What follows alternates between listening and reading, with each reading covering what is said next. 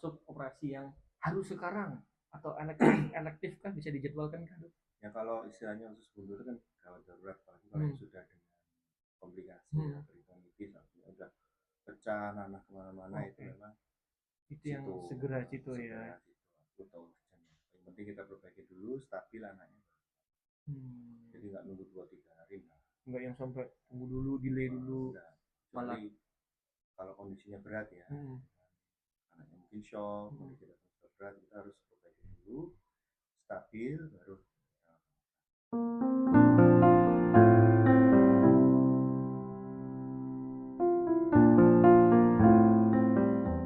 tapi prinsipnya itu memang kasus gawat darurat. Dok, tadi menarik dok, sorry saya tarik ke belakang lagi dok.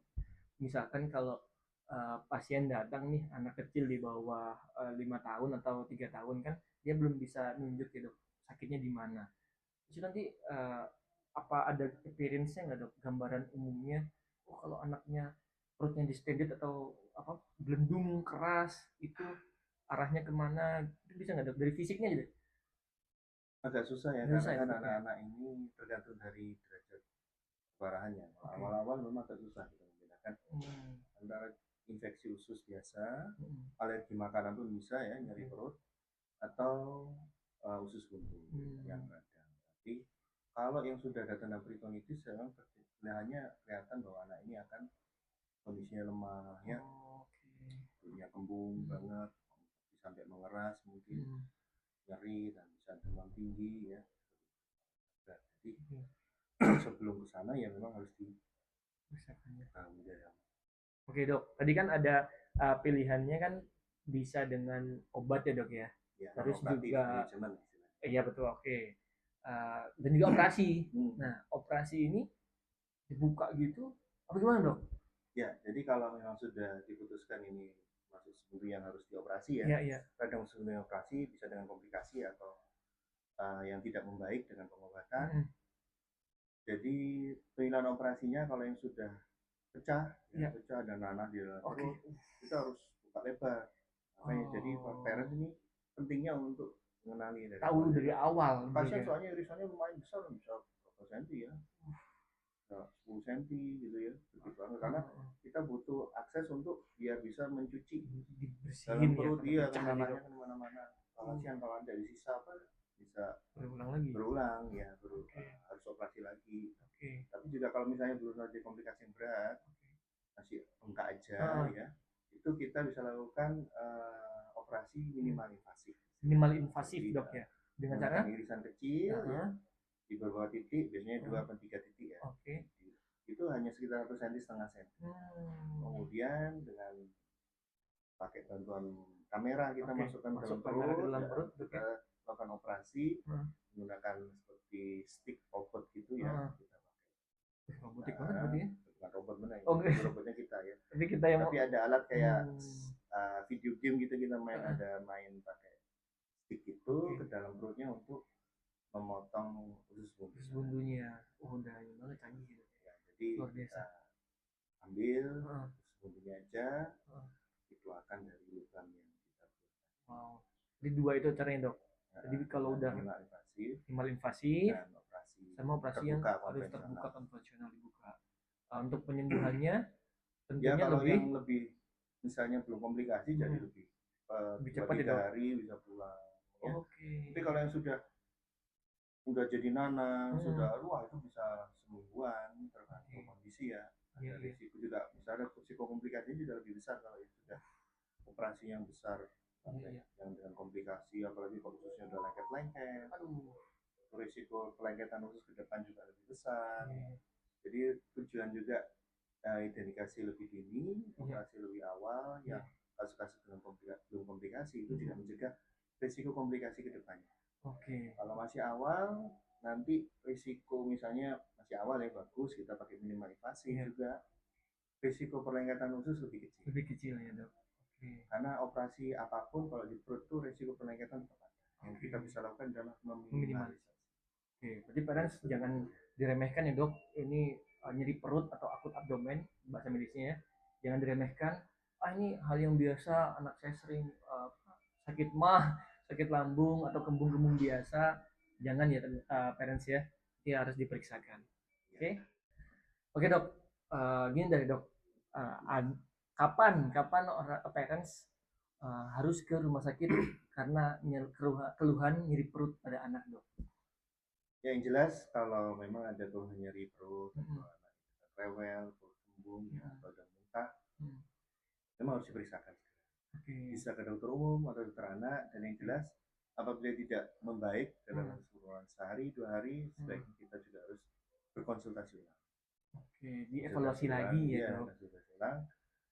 Kalau memang tanda-tanda yang khas ke sana, ada nyeri di bawah, apalagi anak bisa diajak ngomong ya, boleh langsung ke bedah anak. Boleh langsung bedah anak ya. Jadi kalau keluhan-keluhan umum yang seperti nyeri perut atau apa, bisa ke dokter umum, tapi yang jelas diobservasi di rumah. Kalau berat bisa dibawa ulang atau ke UGD. Kalau nyeri banget, langsung IGD aja gitu. Ya, apalagi kalau anaknya sudah lemas, padahal kan seringkali muntah-muntahnya. Kalau muntah dia nggak bisa makan kan, jadi takutnya dehidrasi. Iya, tambah sulit lagi nanti. Segera aja bisa ke UGD. Jadi kalau seperti keluhan-keluhan itu jangan dianggap remeh ya, jangan lagi kayak lambung ini seperti anaknya sering begini. Meremehkan nanti kan. Pokoknya kalau tidak membaik, dengannya sehari aja dilihat. Kalau perlu 2 kali. Gini dok, ada nggak dok pemeriksaan dini, kita ngomong deteksi dini, kira-kira anakku ini potensi punya usus buntu? Kayak sebelum-sebelumnya kita ngobrol dok ya, ini malah punya genetik nggak atau bawaan kah, apa gimana dok untuk usus buntu nih dok? Apa pure karena tadi infeksi? Ya, kalau untuk etiologinya kan kebanyakan kan infeksi, lain, tapi itu sangat jarang. Jadi ini memang suatu kelainan yang penyakit yang didapat, bukan diturunkan. Jadi ya tetap deteksi dini untuk mengenali ya secara klinis saja keluhannya. Jadi keluhan kadang juga nggak aware ya, kalau usus buntu kan pikirnya tuh sampai kalau jalan bungkuk, itu kalau itu sudah berat ya. Tapi keluhan-keluhan awal seperti mual, ya, rasa sebal di perut, ya, atau bahkan ada kayak diarinya, disertai nyeri, nah itu sebaiknya diperiksakan. Tanda-tanda harus periksa ya. Iya, memang nggak selalu semua usus buntu ya, nggak sebanyak kasus nyeri perut yang lain, tapi kalau ada tanda-tanda khasnya kita harus segera pemeriksaan. Setidaknya kalau ada keluhan-keluhan nyeri perut ya kita cari tahu dok ya penyebabnya apa. Katakanlah memang dicek khasnya usus buntu, tadi bisa di obat ya dok ya. Kalau dilihat progresnya bisa membaik ya cukup dengan obat gitu dok. Kalau kok tambah parah gitu atau komplikasi malah harus operasi gitu dok.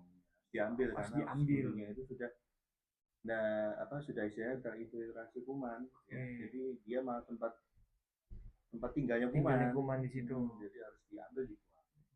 Ada nggak dok ini tipsnya nih katakanlah agar tidak terkena usus buntu? Ini agak aneh-aneh nih saya nanyanya dok ya. Ada nggak nih? Saya nggak mau nih dok kena usus buntu nih. Kira-kira saya harus makan vitamin apa? Kan kadang ada aja tuh parents dok. Ya kalau pada orang tua memang karena ini sumbernya dari kuman dari makanan. Jadi faktor makanan ini juga. Makanannya apa yang bersih kah atau yang nggak pedes kan? Yang penting jangan banyak masalah higienitasnya. Higienitas ya pasti ya. Lalu juga yang terlalu merangsang untuk gerak usus ya, misalnya terlalu pedas atau apa yang anak itu nggak tahan juga ya. Juga yang kedua ya dalam tubuh anak ini memegang peran penting untuk terjadinya radang usus itu, karena setiap saat memang usus kita itu banyak kuman. Nah, memang dia kan fungsinya di usus besar itu selain penyerapan air, di situ juga banyak kuman yang bakteri baik untuk membentuk istilahnya membuat sisa makan itu jadi kayak kompos gitu, jadi bentuk BAB kan yang harus dibuang dibusukkan apa ya kan. Di situ ada peran kuman juga, tapi kuman ini juga ada yang baik, ada yang nggak baik, atau yang ada jumlahnya yang terlalu berlebih. Nah, kalau istilahnya mengganggu stabilitas ya, meskipun mungkin orang-orang baik dikumpulin satu ruangan, tapi ruangannya sempit, jadi kan bikin gerah juga, jadi masalah juga ya kan. Nah, itu juga kalau tidak terjadi keseimbangan itu juga menimbulkan risiko radang. Oke. Jadi ya faktor dalam tubuh, makanan yang dimakan, terutama yang sering zaman now itu masalah sulit BAB-nya nggak lancar. Ya. Jadi beberapa kasus saya lihat ada kalau anak-anak yang radang usus buntu ini, saya tanya biasanya 3 dari 5 itu ada keluhan BAB. BAB-nya nggak lancar, sering keras. Jadi perampangannya kayak daerah situ kan sudah sampah nih lewat, lewat buangin kan. Iya. Dari usus halus, usus besar, sekum, itu ada usus buntu, terus masuk usus besar sampai ke rektum, anus dibuang. Nah selama jalan itu kalau dia nggak lancar, ngendonnya kan lama.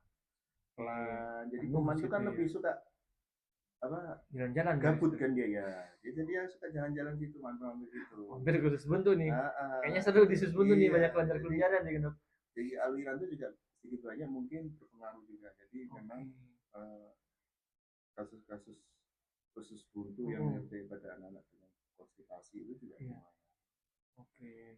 Dok, tadi kan ada ngomongin kuman baik gitu ya, bakteri baik, bakteri jahat. Boleh nggak dok? Ya, atau nggak masuk nggak sih salah satu pencegahan untuk biar nggak usus buntu atau konstipasi minum probiotik? Nah, kalau menurut dokter gimana? Pandangan dokter nih tentang probiotik? Kalau probiotik sih memang sekarang banyak teori untuk mikrobiom.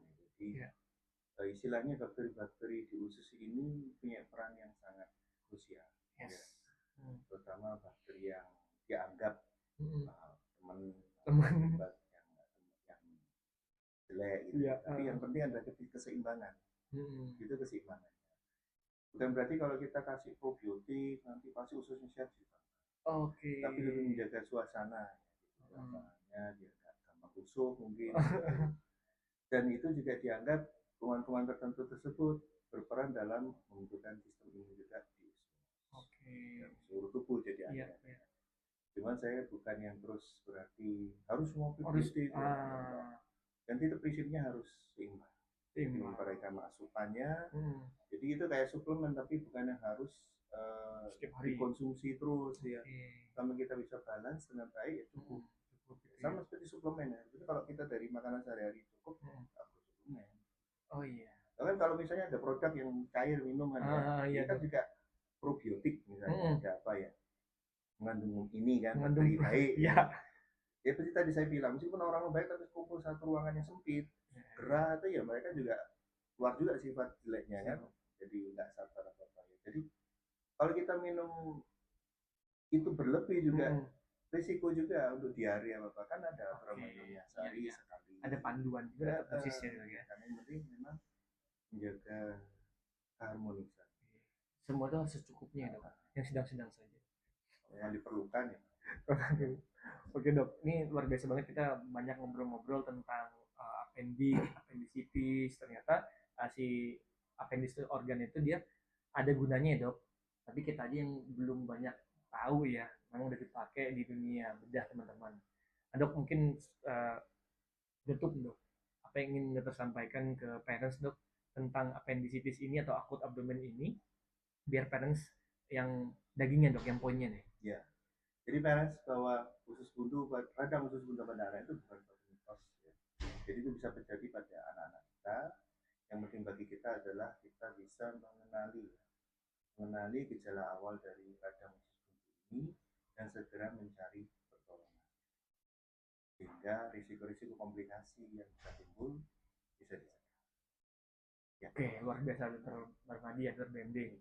Parents, terima kasih telah mendengarkan Dr. Bendi Podcast, Your Trusted Pediatric Surgeon. Semoga informasi yang kita bahas hari ini, dok, bermanfaat, dapat membantu parents dalam merawat, mendukung tumbuh kembang si kecil dengan lebih baik.